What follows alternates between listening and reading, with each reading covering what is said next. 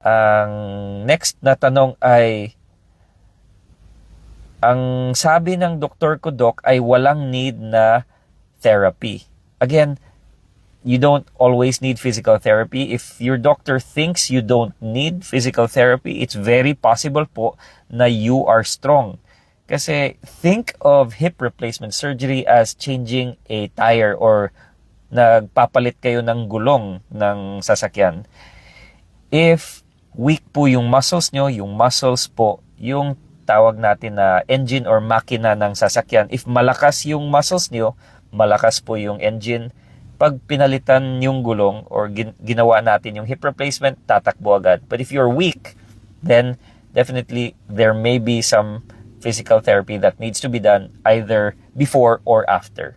Pag sinabi ng doktor nyo na walang kailangan na therapy, it's very possible that he may think you are very strong and you don't need therapy.